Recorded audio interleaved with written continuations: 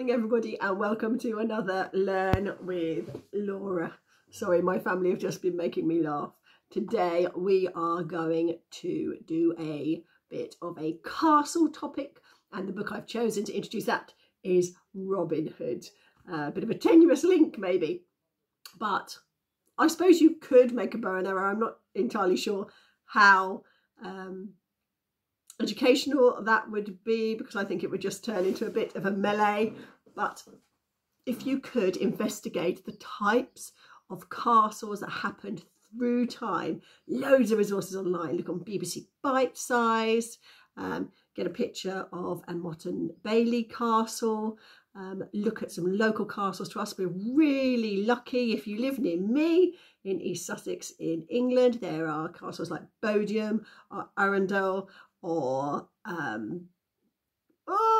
Hever, lots and lots of castles. Tunbridge Castle, lots of castles that look differently, and that's because through time they were made in different ways. So I would like you to, first of all, task number one on your castle day is to draw me a timeline of lots of different castles, starting with the type of castle that might have been a long time ago, thinking about labelling it with a keep, with arrow slits, with murder holes if they've got it.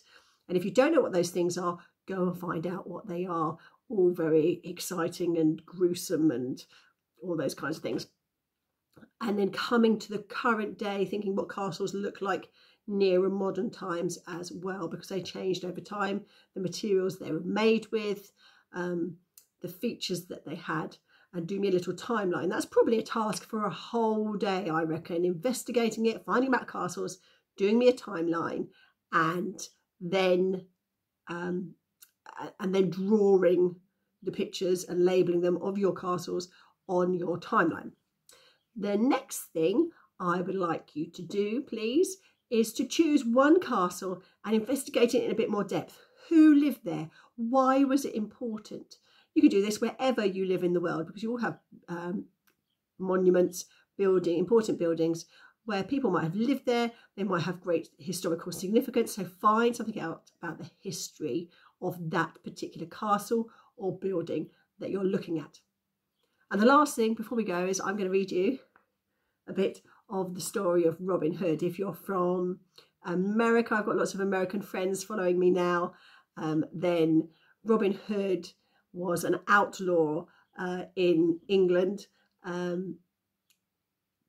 and historically we believe that he stole from the rich and gave to the poor. So he helped poor. He actually was born a nobleman, but was done out of his title, was made an outlaw, and then went to help the poor. And it's become, the story's been changed over time to become more fun. You've probably seen Robin Hood if you've watched the Hollywood movie with Kevin Costner in, but there are lots of different versions of Robin Hood, and it's set in England. So I'm going to read you a little chapter of Robin Hood. It's called Robin Hood the Outlaw. Long ago, when the rich lived in stone castles and the poor in wooden huts, all was not well in England. Good King Richard had gone overseas to fight his enemies, and the kingdom was in the hands of his cruel brother, Prince John. John had no interest in caring for his people. He allowed the power to bully the weak. He looked the other way as bishops and abbots grew richer while peasants starved. Taxes went up and misery spread through the land like a disease. One man fought bravely against this evil. He robbed from the rich and gave to the poor. He defended the weak. He challenged the bullies, breaking their greasy heads and bringing down their flinty castles. The name of this man was Robin Hood. I hope you find a way to listen to a version of Robin Hood, maybe watch the film of Robin Hood today, and do the lesson on castles. Have a wonderful day, everybody. Keep safe and keep healthy, and I will see you very soon.